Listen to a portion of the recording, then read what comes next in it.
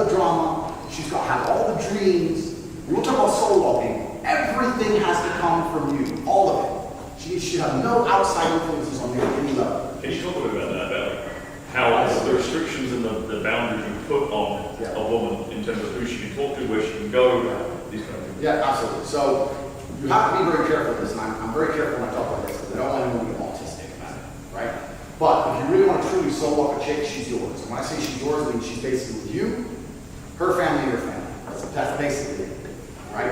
If she has like a really strong social circle and she really insists on seeing them, they're going to have a big influence over her.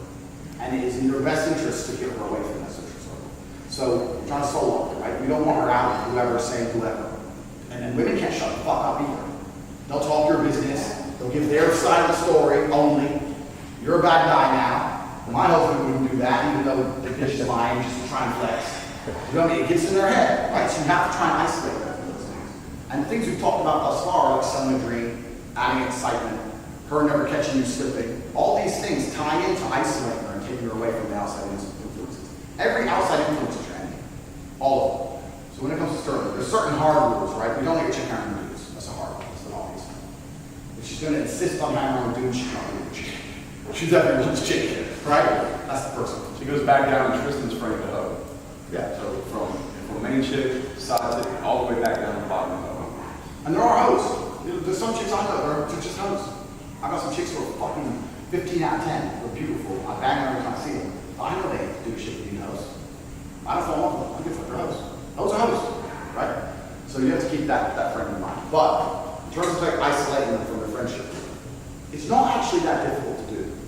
Because women, people always talk about women being mystery. I will hard disagree with that. I think women will tell you anything you fucking want. You start coaxing out, they can't shut the fuck up. You can't shut the fuck up. You can sit there. Next time her friends come over, when they leave, just say, what was Leanne looking at?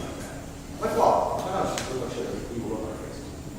Oh, well, actually, last week she said this. Bullshit. They'll do it to themselves. You can say, oh yeah, she just seemed to be jealous of you when we were talking. Some garbage. You can pry it out of them themselves.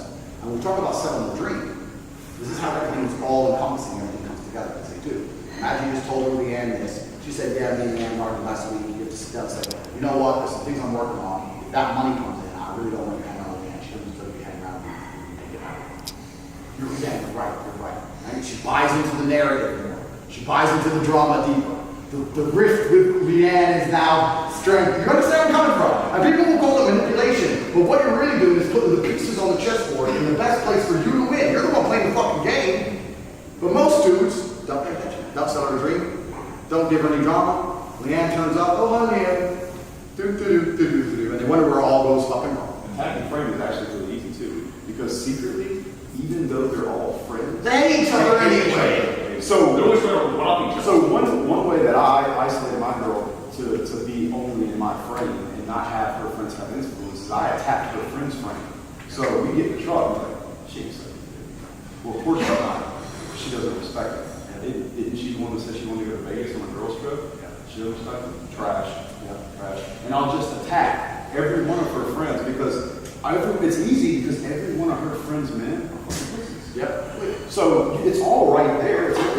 They are an example of what we're teaching not to be. So it's easy to penetrate it. Yep. And the next thing you know, my girl is coming to me almost as if she thinks I'm going to forget that I told her this, telling me like, I told her that she must not respect a man. I did not know that.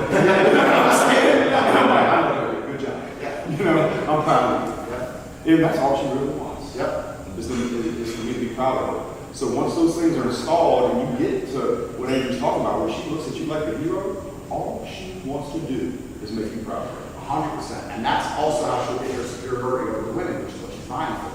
Well, this one's doing that whole shit. I don't do that.